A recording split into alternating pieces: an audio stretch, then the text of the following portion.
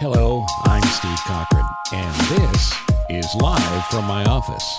Sponsored as always by our lead sponsor, our title sponsor, our pal, David Hochberg and Team Hochberg, 855-56-DAVID or 56david.com. On this episode, I've got good news and bad news. The good news is spectacular. The good news is a story that everybody should hear. It has a faith center to it, but it's not about religion. It's not about religion at all. It's about a good story and a miracle. And I think you're going to feel better after you hear it. So stick around for that. But before we get to that, wherever you listen, whether it's on Apple or Spotify or on my website, CochranShow.com, rate this podcast. Give it to me good. Tell me what you think. I'm willing to accept as little as 4 stars, but give it a rating and also give it a review, or just drop me a note at thecochronshow@gmail.com. It's appreciated. So the good news I mentioned, an incredible story, a miraculous story, a feel-good story, and yep, we need it now. But first, the bad news. This COVID disaster is completely out of control, and the only way to contain it is if everybody does the right thing. I'm pausing now for you to giggle. Social distancing is not hard. To be honest with you, there's probably some people that don't want to stand that close to you anyway. I know there is for me. Wearing a mask is not that hard. Yet we are so spoiled in this country, we're still not doing it. And the stats are just astounding, going through the roof. And again, 250,000 people dead, could be 450,000 by the time Biden takes office. The president's doing nothing. The Congress is doing nothing in a big picture way. So you got to take care of yourself. And the best way to do that is to hunker down in a way that you maybe even didn't do in the spring. The authorities in the hospitals and the emergency workers, they're better equipped than they were in the spring. We have more ventilators. We have more personal protective equipment. However, we have more sickness, and we don't have more doctors and nurses. That's a finite number. And hospitals, especially the medium-sized and the small hospitals, are really stressed. And it's going to get worse. I've got 4 or 5 people in my life who got COVID. All of them are saying the same thing. You don't want this. I spoke to a friend last night who's just gone through hell. My agent nearly died from COVID. It's not to be messed with. And it's simply a mask and social distancing.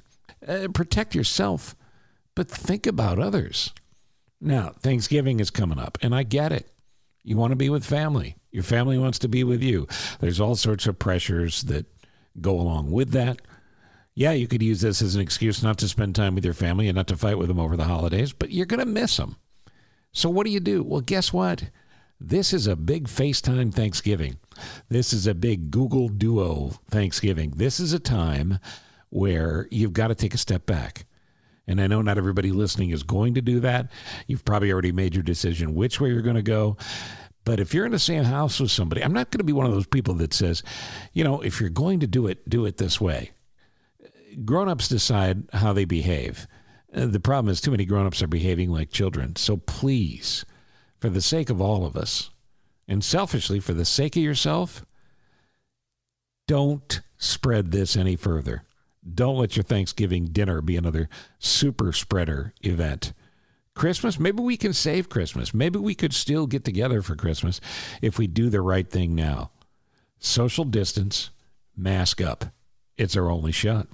That's it. Good luck to all of us. When we come back, the interview with a man named Bob Noonan, who shouldn't have been able to do an interview because he should be dead. Details coming up on Live from My Office. Live from My Office, sponsored as always by David Hochberg and Team Hochberg at 855-56-DAVID or 56david.com. You can get a free rate quote right there on the website. And by the way, if you go to the website, just flip through the testimonials. You're going to see words like smoothest refi ever, made me feel comfortable, a pleasant experience, made things clear and easy. They were responsible and accessible. Think about those words: smooth, comfortable, pleasant, easy, clear, accessible. I mean, those are words you don't normally associate with a financial transaction involving your house, but you should associate them with David Hochberg. Repeat customers all the time, including my own family. So whether it's an original mortgage, a refi, anything financial about your house, you need to go to David Hochberg, 855-56-DAVID or 56david.com. Check it out. Feel free to tell them I sent you. 855-56-DAVID or 56david.com. This is live from my office with a special guest in studio, Ross Cochran, who normally produces, edits, engineers, and tells me what to do. And if I'm smart, I listen. Hi, Ross. How are you? I'm good, Pops. How are you doing? Nice to see you. As a special guest, you're bringing in a mutual friend of ours for this. And I just want to preface this by saying I don't preach spirituality to people. I hope you have that as a center point in your life. I think there's great value in it. But whatever your belief system is, I think you can get a lot from the story you're about to hear because it's nothing short of miraculous. So why don't you do the honors and introduce our friend? Oh, wow. Yeah, I think wherever you're at right now, we could all use a good news story. And this is a good news story. So this is Bob Noonan. I met Bob while I was getting connected actually to the world of foster care through Let It Be Us, an organization that Bob is the board chair for. And it's a fantastic organization that I'm sure we'll talk about in a little while. But Bob is someone who I immediately was drawn to as a leader and as someone who makes an impact in his community. And now he is someone who has become a walking miracle in an entirely new way. So I think in the most over-formalized way possible, Bob, welcome to Live from My Office. Oh, thank you, Steve and Ross. It's exciting to be here and be part of this. Well, I would assume it's exciting to be anywhere, Bob, because I don't want to give away the punchline, but based on what people are about to learn, you should be dead. And we're very glad you're not. Yeah. So this is a story we're going to let Bob tell, and Bob will jump in and ask you some questions and things. But first, a little background. What's the business? How have you made your money in life, and what are you doing now? Well, that's a great question, Steve. I've been in the telecommunications industry for my whole career, so 30-plus years. I worked many years at Motorola as one of their officers. And then corporate America changes, Motorola changed. So I now work for a company called CommScope, which is based down in Hickory, North Carolina. They're a fairly sizable company, global, 30,000 employees, roughly $9 billion a year in sales. And I run the North American Telco and Programmer Group for CommScope. It's a very busy job, to be sure, and that's the kind of thing that can take you away from your family. You're a very family-centric guy. Yeah. So tell us about your family. Just Let It Be Us ties to the family as well, which we'll get into, as Ross said, in a few minutes. But tell us about your family. Yeah, I have 5 kids. I joke with my wife that we're biological empty nesters. We have 3 older biological kids that are out of the house, done extremely well themselves. And we also have 2 little boys, an 8 and a 9-year-old that we adopted from foster care. So my wife and I have always had a side passion for children, the innocent victims of either neglect or abuse. And Ross mentioned Let It Be Us. I'm the chairman of the board, one of the founding board members of that organization. And we've been doing some incredible things for the kids in foster care. We've been focused in on Illinois for the last 6+ years, and we've made impacts on thousands of kids in foster care. We're going to tell we're going to tell people how they can get more involved and donate their time or their money or both. But more importantly, learn how they could foster as well. But I wanted you to get a little bit of background from Bob, because a guy that's that busy at work and that busy with family had something happen to him this year that has nothing to do with COVID. But COVID sort of starts the story, Bob, because you and your family were in Florida, from the Chicago area. You were in Florida planning on being there a short period of time. And that's when the whole world changed for you. So pick it up from there. Yeah, no, exactly. We had planned to come down for a 10 or 11-day holiday. We've been blessed to have a place down in Naples, and the kids had spring break. from their school. So they're in third and fourth grade. They are now. They were in second and third grade at the time last spring. So we came down for spring break. And then, of course, COVID really hit bad. We were down here. It's beautiful weather. Chicago area was seeing a spike in COVID cases, and it just wasn't a great place to be. We're over in Collier County, which is away from the break here in Miami, which had the Super Bowl. They had 1 million people come to the Super Bowl, and they really had a lot of cases. It was pretty rough over in the Miami area. So my wife and I decided, well, why would we go back? The kids' schools were shut down. They had to do e-learning. They had their iPads with them. So we said, let's just stay down here in Florida. I have to work remote. I can work really from anywhere. And a lot of my customers were stopping having visitors and, shutting down. Our company shut down. Most of the employees, if you were capable to work from home, were working from home. So we were down here and just enjoying, the weather and the time together. And I guess that was in early March. We went through March and most of April. And we were in a routine. The kids were doing their school. I was doing my work from home. And that's the important piece too, to tell the story for folks, because they can certainly visualize this. You get up in the morning, you go through your morning routine to get ready. And if I remember correctly, you were shaving when something happened. Is that right? Yeah, actually, I was in the shower. In the shower. And, getting ready for work. And I had this massive headache in the back of my head. Just hit me out of nowhere. And it was so painful that, I finished getting ready. I shaved before I showered, so I had already shaved, luckily. And I walked out to my wife and said, hey, Wendy, I might have to go see a doctor. I've got this massive pain in the back of my head. It just came out of nowhere, and it's like nothing I've ever felt.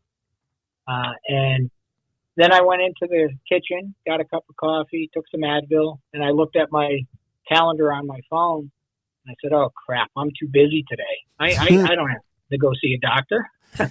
So and how male is that? You're in the middle of the worst headache you've ever had, an absolute 911 situation. Any doctor would tell you that. And you're looking at your calendar and going, well, I don't have time for this. Well, that's kind of true. And my wife is usually one that, hey, just power through anything. You don't get sick. Don't think it away. Positive thoughts. So I go out in the kitchen. I said, Wen, I think I'm too busy today. I'm going to have to power through this. And I start heading back to my office. And Wendy stands up and says, Bob, in 30 years of marriage, you never once told me you have to go see a doctor. Yeah. Something is wrong. I feel it. And I'm going to take you to the ER. She got some. Sorry, Bob. I just, let me just say that for anyone who's listening to this, who's going to bail on this podcast, that's the moral of the story: is listen to your wife and listen to Wendy Noonan in any and all possible circumstances. Exactly. You know Wendy well. Yes. So she got some local friends to come over and sit with the kids, and she had to drive me to the ER. And of course, they wouldn't let her come in with me because of COVID. The situation. They had tents outside the ER, and they're taking my temperature, putting a mask on me, and basically dropped me off.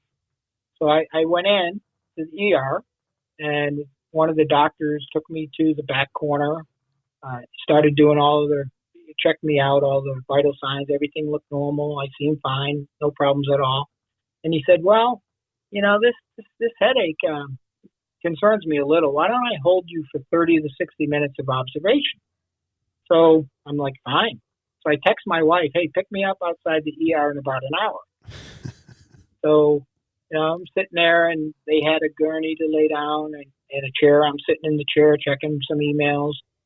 And then out of nowhere, like 10 minutes later, the whole room started spinning and flipping around. And I knew something was seriously wrong. So I start screaming for help, and 2 doctors come running. And they throw me on the gurney, and they rush me over to a CAT scan. And I can hear the doctors talking back and forth at this time. They're doing it in real time. They're putting me in. They're sliding me out. And one of them says, hey, he's bleeding in the midbrain. And I'm sitting there like, oh, that's not the news I wanted to hear. Yeah. And then the other one says, I also see a full intact aneurysm. It looks like it's been there for a while. we can probably deal with that down the road. It's not too massive. So then, of course, they put me back in the gurney and they're rushing me through the hospital. And I start saying, "Hey, Doc, can you call my wife, update my wife?" and he looks at me and he says, "Sir, we're a little busy here. We're going to rush you over to ICU and prep you for brain surgery." And I'm like, "Whoa." And let's not let anybody lose that. We're going to prep you for brain surgery while your wife is about to pull up in front of the ER to pick you up because you said, "Yeah, honey, pick me up in an hour." Yes, exactly. And then I send her another text because they're not going to call her. All right, and tell everybody what that text said. I said, "I'm bleeding in the brain, headed to ICU, will advise." That's all I could type out. All right, so the previous text was, "I'm going to have a 30 to 60 minute observation, pick me up out in front in an hour," followed by the text, "I'm bleeding in the brain, they're prepping me for surgery." Yes. And she's flipping out, obviously. Well, of course she is. Yeah.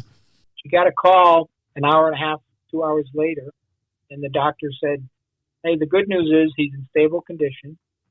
We were able to stop the bleeding in the brain. There is an aneurysm we need to monitor, but he should be doing okay. He's in stable condition. He's in the ICU, and he'll be there for a couple of weeks possibly because of protocol going in." So she thought, that sounds better than what she was thinking. And my 3 adult kids were panicking because she was keeping them up to date of the news. 2 in Chicago, 1 out in Colorado. So then she calmed them down. And 3 hours later, she got a call from the same doctor, basically saying, "Mrs. Noonan, can you come to the hospital? Your husband is in critical care. He's on life support. His aneurysm ruptured, and we need to airlift him to Miami for emergency reconstructive surgery, and we don't think he's going to make it through the night." So this got so dramatically worse at that point. And again, I'm not trying to make this about your wife, though I think she's an amazing woman to have tolerated you in the beginning, let alone let alone this. But she had to then contact the adult children again and say, "You've got to get on planes and come here." It's taken a turn while she's trying to keep herself together because she's been told you may die in the next few hours. Yes. And so they all panicked and were flying into Miami because that's where I was supposed to be. The weather turned terrible. They couldn't get the Flight Life helicopter off the ground. So I was still there, and they kept delaying and kept delaying. And finally in the morning, the ICU nurse, who had basically saved my life when she realized my right pupil had exploded when she was doing a routine check when I was in ICU, realized and called the doctors back. And that's what tipped them off to call my wife back, because then they went in, they did put in some, relief, a drain, so the blood didn't really crush my brain, if you will, in the skull. Right. But then they said, "This is out of our league.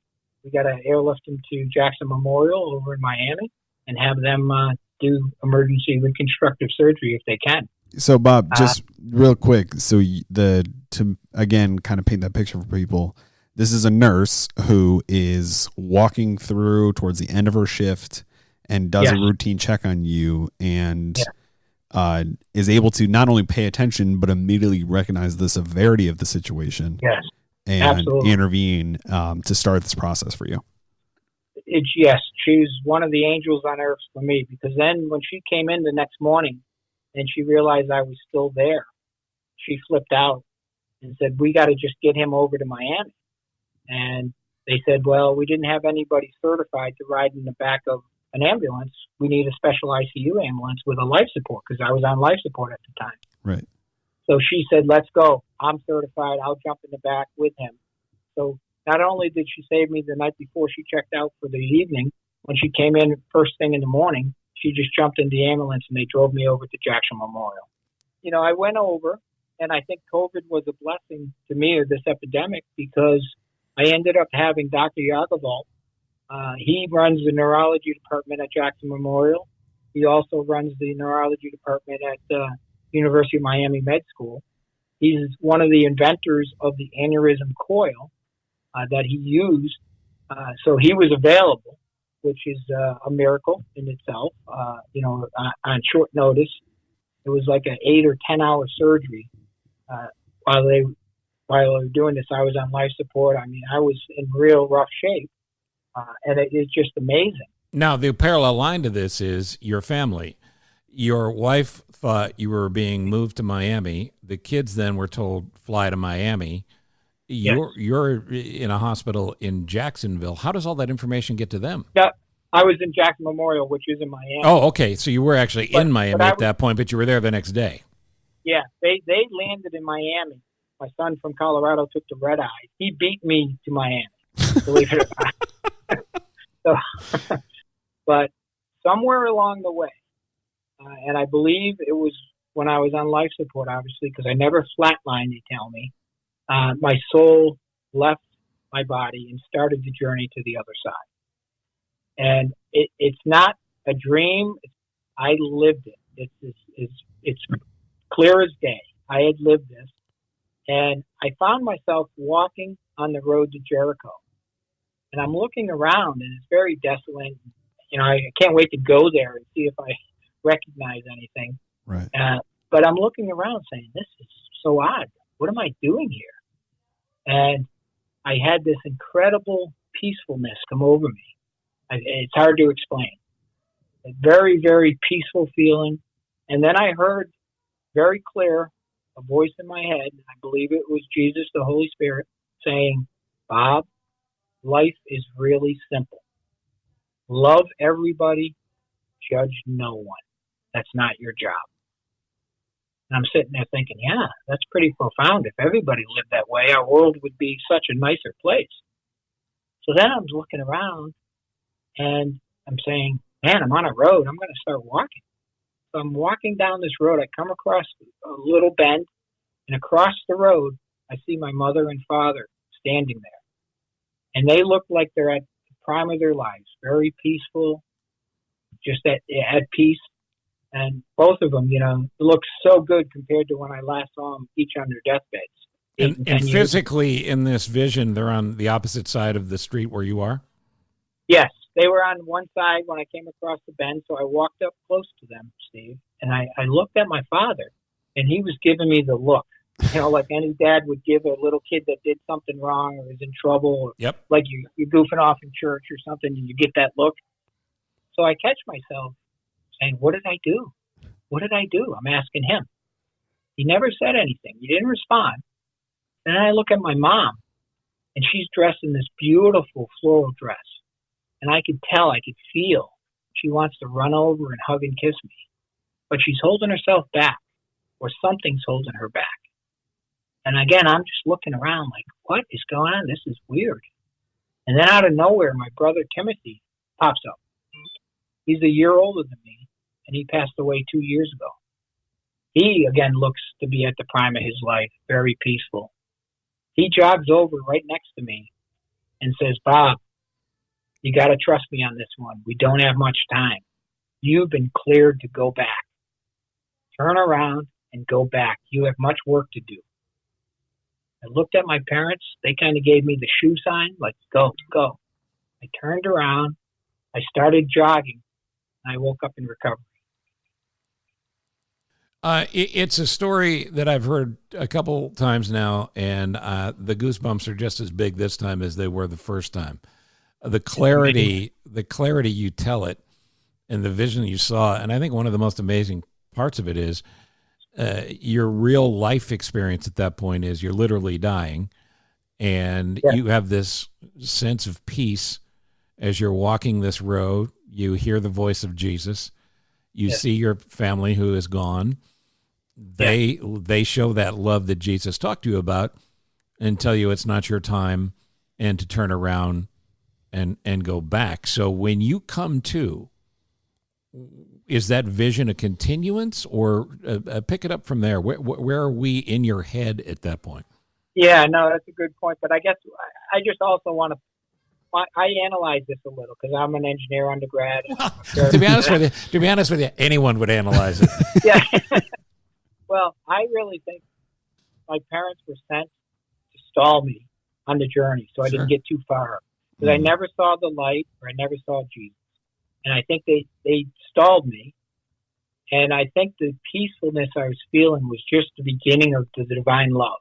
When you look at me and see me now, it's incredible, because the doctors were telling my wife and my kids that he's had severe trauma to the brain. By the time they put me in surgery, I had bled out for like 18 hours. So that was massive in itself. They were telling my family, my wife and kids, that he's going to have severe issues. He may be paralyzed on the left side. He may be in rehab for 6 to 9 months, and then most likely a nursing home after that.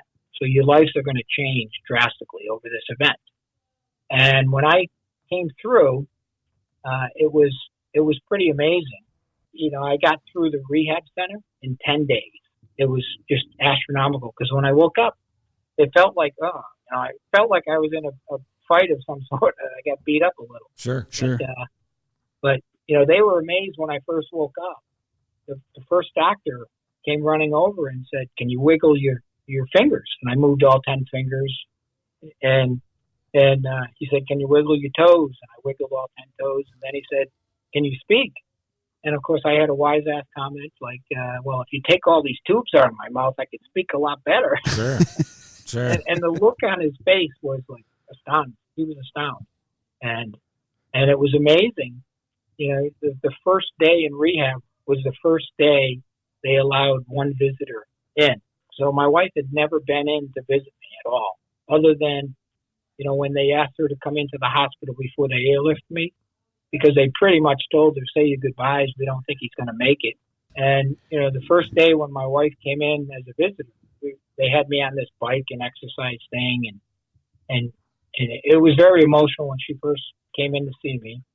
And then the next day, when I was on a little bike or something, she just asked me, "Hey, did you see the light, or did you see anything? Because you were close." And I just told her the exact same story I just shared with you to the T.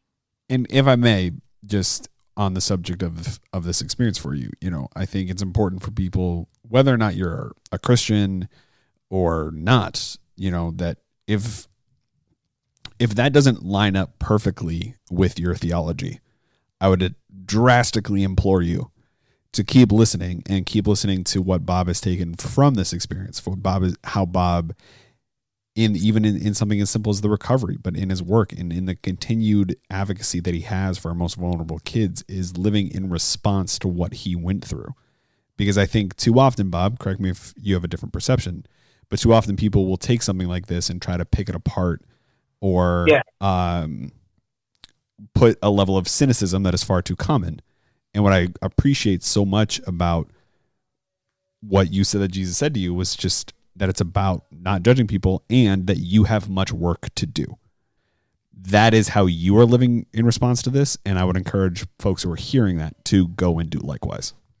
Well, yeah, it's incredible, actually, when you think about it. If everybody could just heed that advice, love everybody, judge no one. If you did that in your daily routine, nothing bothers you. I mean, yeah. I got a different perspective on life. I don't sweat the small stuff. And I still do that, but I ask for forgiveness. I mean, it's hard. Yeah. That's part of being human. Yeah. You can't beat the horn or have road rage. Well, that's judging another driver. There's a lot of things. But I don't want to make light of that, because that's a big point. And do you find yourself catching those moments now? And Oh, absolutely, 100%. In fact, I have a neighbor down here, sweetest lady. She's so nice. She's 86 years old. She's been by herself, and I've just been helping her. She wants to refresh her apartment, and I've been supervising some of the contractors, and just the joy a little thing like that brings. And of course, I shared my story with her, and she's spiritual, and it's so funny because she'll even catch herself saying, "Bob, I know I'm supposed to love everyone and not judge anyone, but that's hard." I love that. So you were sharing about your recovery and what that process was looking like for you, because I think it's important for people to understand that as dramatic and fast as things were for you in the front, you were then experiencing an equally dramatic rate of improvement compared to other people's experiences. It's incredible. I mean, it really is. Everybody was shocked.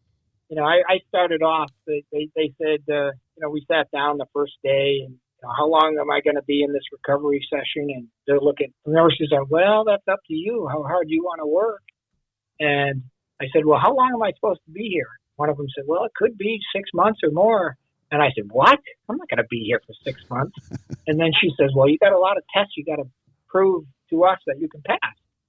And I said, all right, well, let's start. What's the first test? And she said, well, first test I want to see is I'm going to roll out this carpet like a yoga mat. I want you to lay down and prove to me that you can stand up and get yourself up if you're at home and you fall. And I want to make sure you can do that. And of course, my wife was with us at this time because she was the one visitor a day. And I started saying, no, just right past. I can do that. And the nurse was like, no, you don't get it. You got to show to us you can do this. So I said, oh, all right. You're going to make me walk through this. I will. So I lay down. My wife starts filming this because she knows I'm going to do something, a practical joke. So I lay down and I start screaming, I've fallen and I can't get up. And everybody in the rehab center is looking like, what is this crazy guy doing? And I'm yelling. And the nurses or whoever it was, a technician, was looking at me funny. And that's not a side effect of the medication. That's a pre-existing condition of you being who you are as a person. Yeah. So I pop up and say, okay, what's next? And my wife filmed this whole thing. That's she amazing. was dying laughing. So that's amazing. And then 10 days, I went through every test they had me do. In 10 days, I passed them all. So how long was it before you went home? Well, 10 days. Their initial prediction, based on all they know, and they know, was 6 months and your life is going to be dramatically different. In 10 days, you go home. What sort of effects did you and do you live with after going through this, the physical side? Well, that's a great question. I did have some issues with my eyes because when I was bleeding out, the 18 hours of bleed out, a lot of blood pooled up around my eye sockets, and they did damage the nerves that control the muscles that move your eyes. So they slowly did it better, but I had a double vision. I had to wear a patch on one eye to avoid that because you have bad balance and it's hard to walk around. So that was one of the side effects. And I went to an optical neurologist while I was there and said, how long is this going to take to what options do I have to get my eyes working together? And he instructed me that, well, first of all, you should be very happy and amazed that you're alive. And he said, I've seen this type of thing before with eyes. Blood is toxic. It hurts the nerves. It'll take 6 to 12 months before you get your vision back, back to normal. And it may never be back to normal. And I said, no, I can't wait that long. What other options? Can you do surgery or something? And he looked at me, and I swear this was a nudge, an angel nudge as well. He just looked at me and said, Bob, this is a test in patience for you. Yeah. And I sat back and said, you're right. I do need to work on that virtue. So, but, it's amazing because maybe 6 weeks later, I was seeing good, and now this is several months later. It was the end of April. We're into November. I'm pretty much back to where I was. It's a miracle. And the angels we talked about in sequence, your wife forcing you to go that morning instead of going to work, because you certainly wouldn't have survived if you had not listened to your wife. The ICU nurse who insists on jumping in an ambulance and making sure you get to the hospital you have to get to save your life. And this world-renowned doctor who invents the aneurysm coil, who happens to be available and is on your case.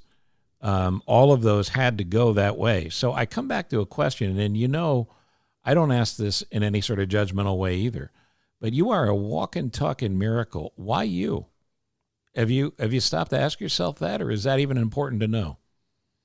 I think there is much work to be done. My brother Timothy said, you got much work to do.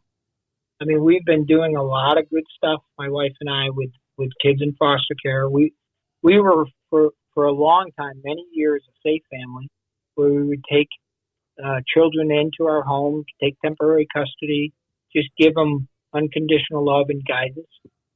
Typically coming from a crisis situation, whether it's neglect or abuse. A lot of times there was no dad in the picture, and we just wanted to plant a seed that, hey, there's a good life out here, and try to plant it in an innocent child. And we did that for many years. We had probably 20, 25 kids come through our house. In fact, Jonathan, who is our 9.5-year-old, he came to us when he was 6 months, and it was supposed to be a 90-day placement. Well, things got complicated. His younger brother, Kevin, 1 year younger than him, 14 months younger, we brought home from the hospital when he was born because his mom just wasn't capable of raising a child and taking care of a child. So, doing now our 9.5 and 8-year-old sons, I think that's part of it. I also think just sharing a true world miracle. If you tune in, there's miracles happening every day. What you were talking about is a perfect segue for you and Ross to give me a minute or two, if you would, on Let It Be Us from both of your perspectives. So, Ross, let's start with you, and then Bob can talk about the actual process of fostering to adoption. Sure. Let It Be Us is such a unique organization. And Bob, I'm so glad that it's an organization that you've been able to be a part of over the past 6 years, because there's no diplomatic way to say that Illinois is terrible at foster care, because it's a system that's built on brokenness, and Illinois has done a particularly good job at making the brokenness worse. And it takes families like Bob and Wendy to reinvest in the most vulnerable to begin to change the system. And what the people who started Let It Be Us very quickly realized was that what these caseworkers, these heroes who are among us, who are taking care of these kids and meeting them and their families in their most vulnerable situations, what they don't have is any sense of marketing, any sense of recruiting, any sense of getting the message of not only the need, but the potential impact and opportunities like foster care to adoption that exists within the system, because they are all so taxed with the day-to-day life of being involved in foster care. So Let It Be Us exists to not only just spread the message, spread some good news of its own about opportunities that exist within foster care, but to begin to help, in many cases, the most difficult children to place find homes that they can be loved, cared for, and Bob, like you alluded to, shown a better way. And it's just, it's a remarkable organization. What makes foster care a unique societal plague, in my opinion, is that it is a problem that is solvable. And it is a problem that Let It Be Us is uniquely positioned to help solve. Because the way that this system changes, again, in my opinion, is we reach more families. We increase the opportunities that are available for a caseworker to decide where a best placement for a child can be. And, my wife and I went through this as respite. I always encourage folks who are considering foster care to remember that it's not something where you have to sign up, that you're going to take in any kid, anytime for the rest of your life. We started going through respite care, which is essentially standing in the gap for a child. We had an 8-week-old baby who had been moved 8 times in 8 weeks, and he was supposed to stay with us for 3 days. And we made very clear on day 1 to our caseworker, we are not in a position to adopt this child. However, we will keep him as long as you need to find a home that he can be in for the long term of his time in foster care. And plenty of people who are listening to this, regardless of your age, what your household status looks like, plenty of people who are listening to this are also able to make that same level of commitment.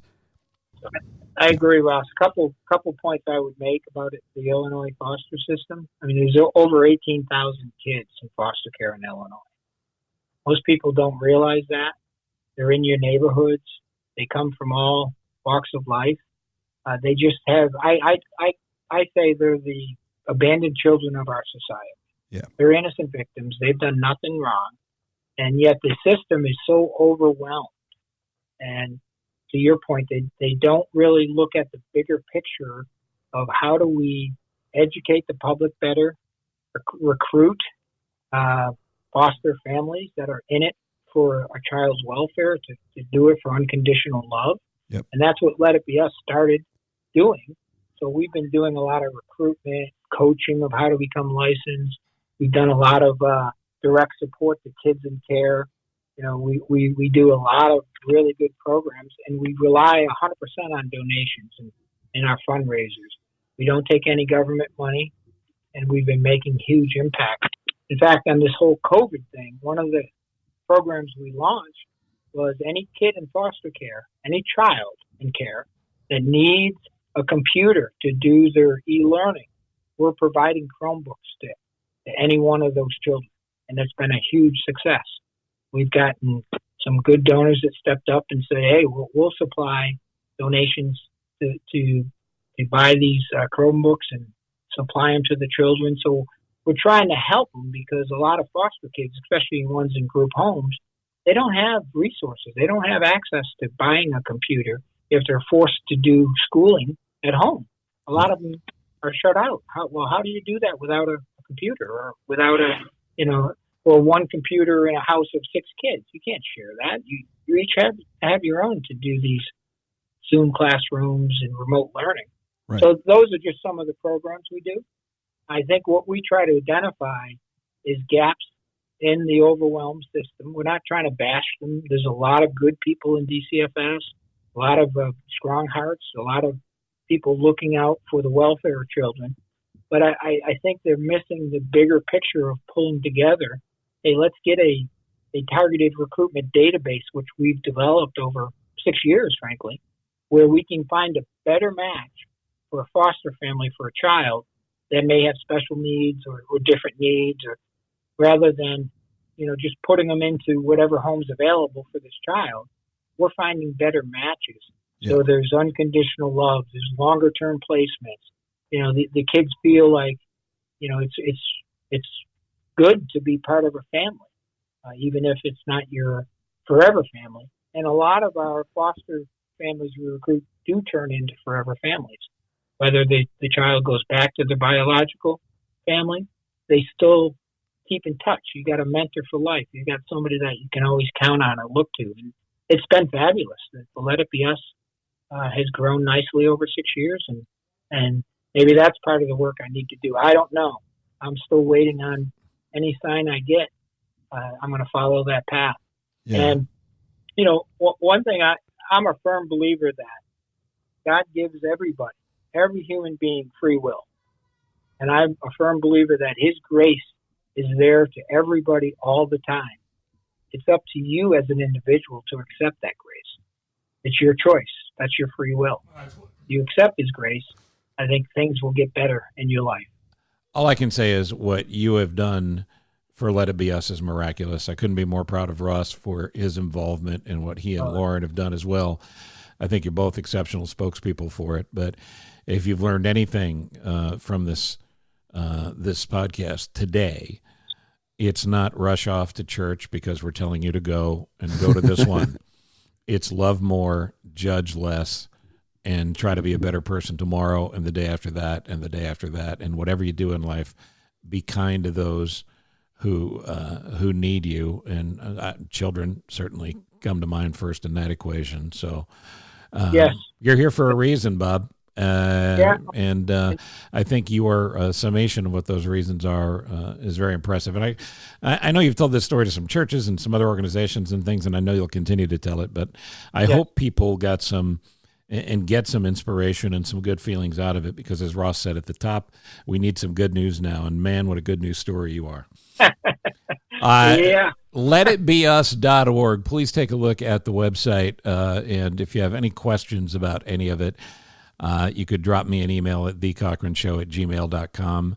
If you'd like to talk to Bob, I'll be happy to forward any emails to him, and I know he'll get back to you about his story, his miracle, about the organization, and about his beautiful family. Give Wendy a hug from us, and thank you so much for doing the right thing in life and listening to your wife so you could be here to tell this story and help so many other people. Well, thank you. I'm telling you, it's great to be here. I don't sweat the small stuff. I've got a different perspective on life, that's for sure.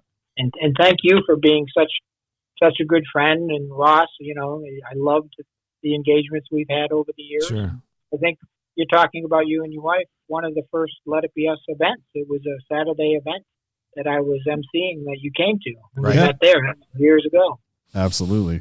And all I can tell you is it even has impact on golf, because when Bob three putts now, he even doesn't judge himself for that. And Well, yeah, I might have to ask forgiveness on a few of those. God bless you, man. You and your family. All right, Thank you for God doing bless this. you. Thank you. Thank you all. God bless. Take care.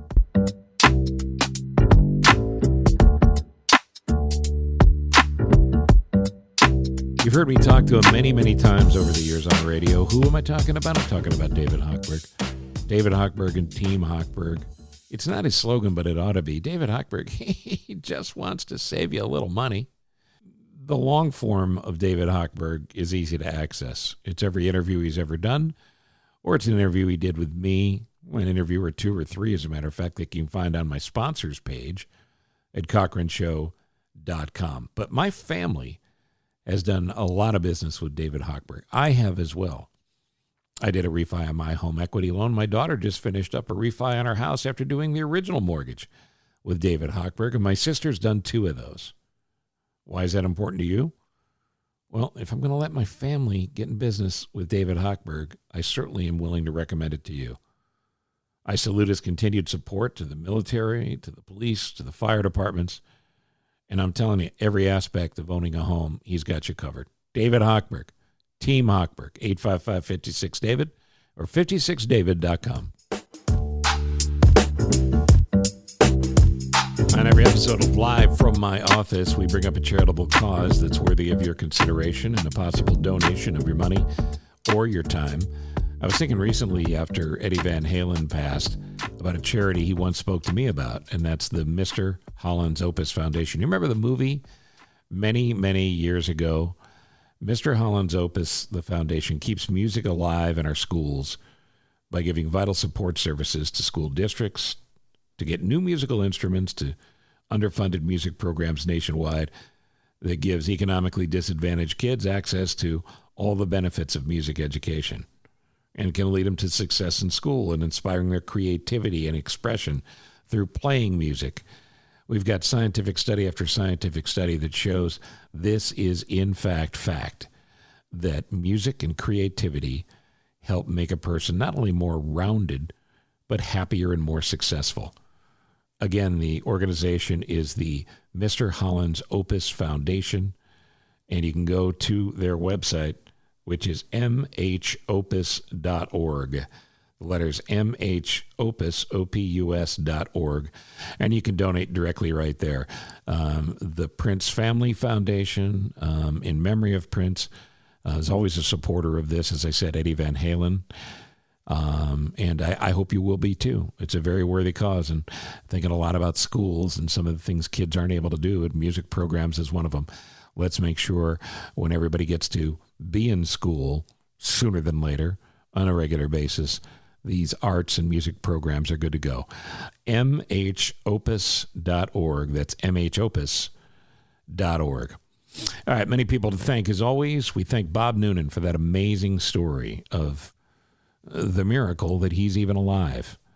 And feel free to share any of these podcasts you find at CochranShow.com, where we keep all of them, with your friends. But you want to pass along a good news story when we need to hear a good news story, share it with somebody who hasn't heard the podcast yet and doesn't know about that story. It's goosebumps. That's the easiest way to explain it. In addition to that, of course, I want to thank Ross Cochran, who produces and engineers, edits, slaps this sucker together, to use a show business term. Thank you, Russ. And also thank you to Mediaite, Mediaite. The George Clooney story came from them, and I want to give them credit for the story we did at the top of the show. Other than that, I can't wait to see you again next time on Friday's brand new episode of Live from My Office. It's the return of Men of a Certain Rage. My 3 comedian friends, Mike Toomey, John DeCoste, Tim Benker, and I will kick around a bunch of topics, and I think you'll find that delightful. In the meantime, again, thank you for listening on Apple, on Spotify, at CochranShow.com, or wherever you listen to Live from My Office. Thank you for listening to Live from My Office, a service of Monkey Run Productions. All rights reserved. The podcast is hosted by Steve Cochran, and it's mixed, edited, and produced by me, Ross Cochran. Support the show by subscribing wherever you're listening and by telling your friends about it. Follow Steve on all social media channels, including Facebook, Instagram, Twitter, and LinkedIn. And make sure you check out this episode's show notes for relevant information discussed during the conversations.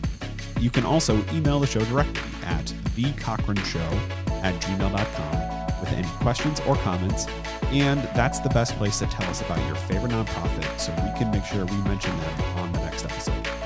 Steve is available for corporate speaking gigs. He would love to MC your event. And occasionally, he's funny. Thank you for listening. Head to cochronshow.com for more.